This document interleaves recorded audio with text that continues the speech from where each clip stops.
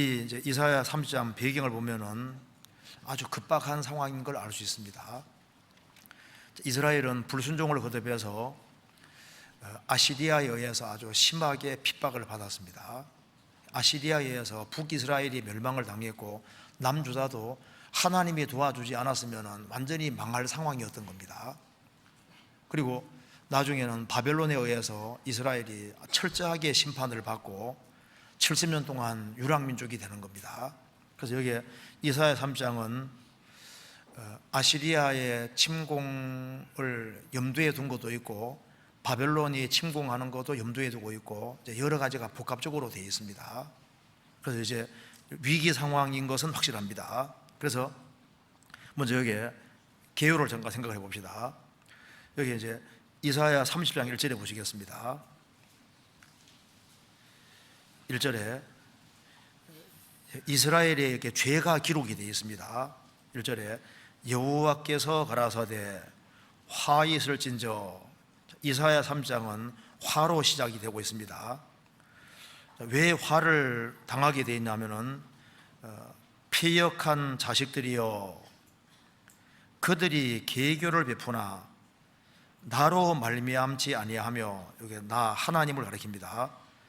나로 말미암지 아니하며, 하나님 백성이면 당연히 하나님 중심의 삶을 살아야 되는데 그들이 계교를 베푸나 나로 말미암지 아니하며 맹약을 맺으나 나의 신으로 말미암아 하지 아니하였음이로다. 그들이 바로의 세력 안에서 스스로 강하려 하며 애굽의 그늘에 피하려 하여 애굽으로 내려갔으되 나의 입에 묻지 아니하였으니 죄의 죄를 더하도다. 구원도 그렇고 신앙생활도 하나님께 묻고 하나님 중심으로 모든 삶이 되어져야 되는데 여기에 계속적으로 나로 말미암지 아니하며 나의 신으로 말미암아 하지 아니하였다고 했습니다. 그리고 나의 입에 묻지 아니하였으니 죄의 죄를 더하도다. 그러니까 하나님을 중심으로 살지 아니하고 하나님을 등지고 눈에 보이는 세력을 기대고 있습니다. 이 당시에 에집트라는 나라가 강한 나라이기 때문에 하나님보다 에집트 나라를 더 실제로 생각하고 그 에집트 나라의 도움을 구하는 겁니다. 그래서 애굽으로 내려갔다고 했습니다. 애굽의 그늘에 피하려 하며 애굽으로 내려갔으되 나의 입에 묻지 아니하였으니 죄의 죄를 더하도다. 3절에 그러므로 바로의 세력이 파라오 왕의 세력이 너희의 수치가 되며 애굽의 그늘에 피함이 너희 수욕이 될 것이라. 그래서 하나님보다 에집트와 에집트 파라오 왕의 그늘에 피하고 그게 도움을 구하러 갔습니다. 그래서 6절 이하에 보면은 온갖 재물을 끌고 파라오 왕이 갖다 주면서 도움을 청하는 것이 나와 있는 겁니다. 그리고 하나님께 묻지 않은 이것도 문제고 또 한 가지는 하나님 말씀을 등지는 시대였던 겁니다. 8절에 이제 가서 백성 앞에서 서판에 기록하며 책에 서서 후세에 영영이 있게 하라.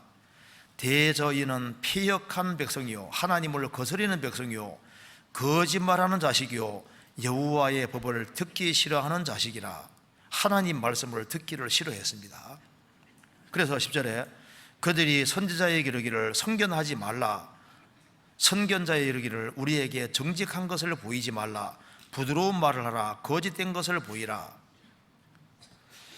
선지자나 선견자가 그렇게 살면 망한다는 것을 정확히 얘기하고 어떻게 사는 것이 바른 길인지를 얘기하는데 그걸 듣기 싫어하는 거예요. 정직한 얘기를 듣기 싫어하고 우리에게 부드러운 말을 하라. 2번 밑에 혹 아첨이라 그랬죠. 아첨하는 말을 하라. 거짓된 것을 보이라. 11절에 너희는 정도를 버리며 첩경에서 돌이키라.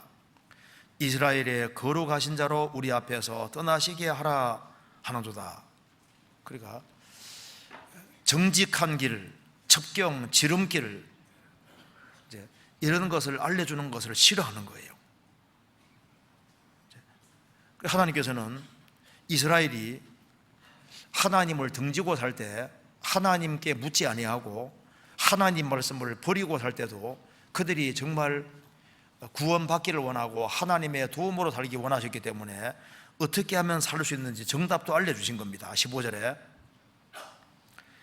주 여호와 이스라엘의 거룩하신 자가 말씀하시되 너희가 돌이켜 안전히 처하여야 구원을 얻을 것이요 잠잠하고 신뢰하여야 힘을 얻을 것이오늘 너희가 원치 아니하고. 살 수 있는 길은 여기 말한 대로 너희가 돌이켜 폐역에서 돌이키는 겁니다. 하나님을 등지는 데서 하나님 중심으로 하나님께 도움을 구하는, 하나님께로 돌이켜야 되는데 너희가 돌이켜 폐역에서 돌이켜야 되는 겁니다. 그리고 안전히 처하여야 구원을 얻을 것이요, 안전히 처한다는 것은 잠잠하고 하나님을 신뢰하는 것을 말하는 겁니다. 아기가 어머니 품에 누워서 안식을 누리는 것처럼 주인 되시는 하나님께 기대고 누워서 하나님의 권능과 자비를 의지하는 것을 말하는 겁니다. 그래서 너희가 마음을 차분히 가라앉히고 잠잠히 하나님의 도움을 구하고 잠잠하고 신뢰하여야 힘을 얻을 것이거늘. 조용히 하나님의 도움을 구해야 되는데 그대로 말했습니다. 우리는 너희는 원치 아니하고 이러기를 16절에 아니라 우리가 말을 타고 도망하리라 한 고로 너희가 도망할 것이요 또 이러기를 우리가 빠른 짐승을 타리라 한 고로 너희를 쫓는 자가 빠르리니. 그래서 정답을 내려주셨지만은 끝까지 돌이키지 않았기 때문에 하나님께서 이스라엘을 아주 갑자기 심판하실 것을 말씀하신 겁니다. 13절에 이 죄악이 너희로 마치 무너지게 된 높은 담이 불쑥 나와 경각간에 홀려니 무너짐 같이 같게 하리라 하셨은즉. 그러니까 하나님을 등지고 살아가면은 자주 책망을 받고도 목이 고든 사람은 갑자기 패망당하고 피치 못한다는 말씀대로 이스라엘이 갑작스럽게 심판을 받을 걸 말씀하신 겁니다. 그래서 14절에 그가 이 나라를 회파하시되 토기장이가 그릇을 회파함같이 아낌없이 파쇄하시리니.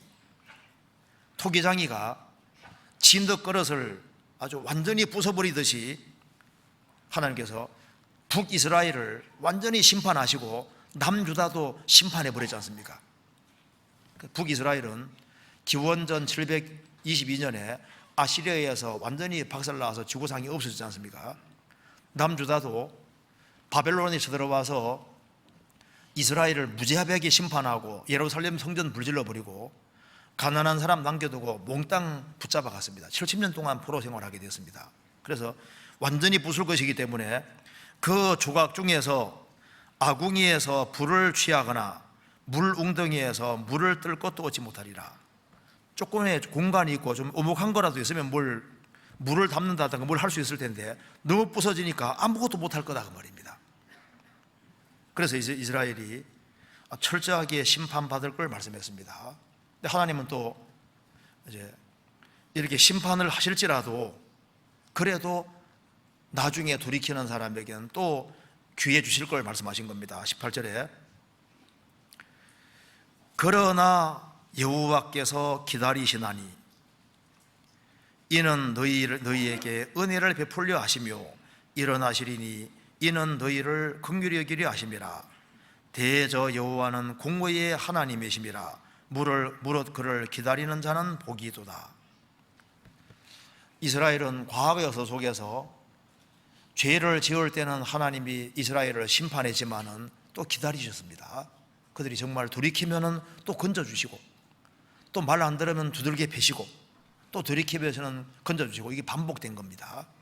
그래서 이스라엘을 심판했지만은 하나님께서는 그들이 회개하고 돌이키기를 기다리셨던 겁니다.